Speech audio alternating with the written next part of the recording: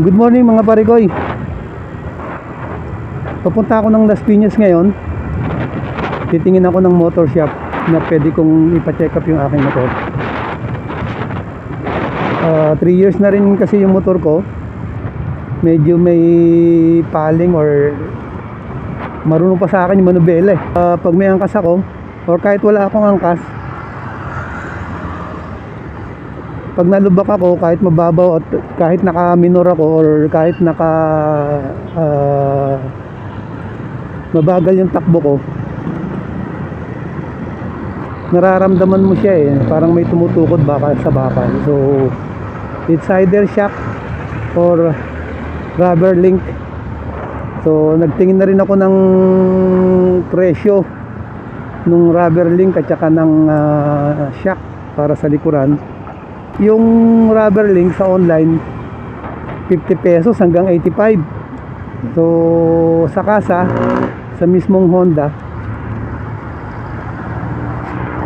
wala pa rin siyang 100 pesos. Pero sa mga shop, ang alam ko 150 to 300 pesos yung halaga ng rubber link. Yung shop naman, yung medyo maganda na, yung walang baso, 1.6. Yung may baso 3.6. So sobrang mahal. Sana rubber link lang, pero duda ko rubber link lang. Yung shock naman medyo matagal masira talaga yan eh. Hindi naman ako mabilis magpatakbo at hindi naman ako nalulubak madalas. So tara, samahan nyo ako sa Las Piñas. May dikit-dikit pang shop doon eh.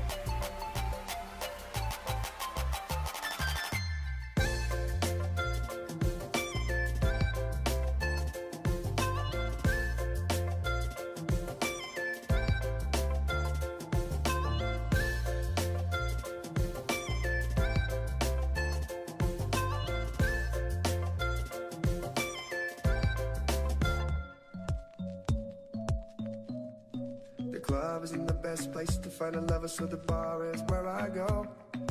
Me and friends at the table doing shots, drinking faster than we talk slow. Come on over and start up a conversation with just me, and trust me, I'll give it a chance. Now take my hand, stop, put then the man on the jukebox, and then we start to dance, and I'm singing like, girl, you know After almost 1 hour, tapos na.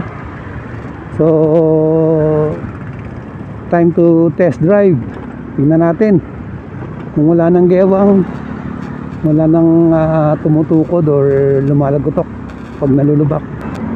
So sa ngayon mga brother, no, tingin ko okay naman, hindi na siya gumegewang.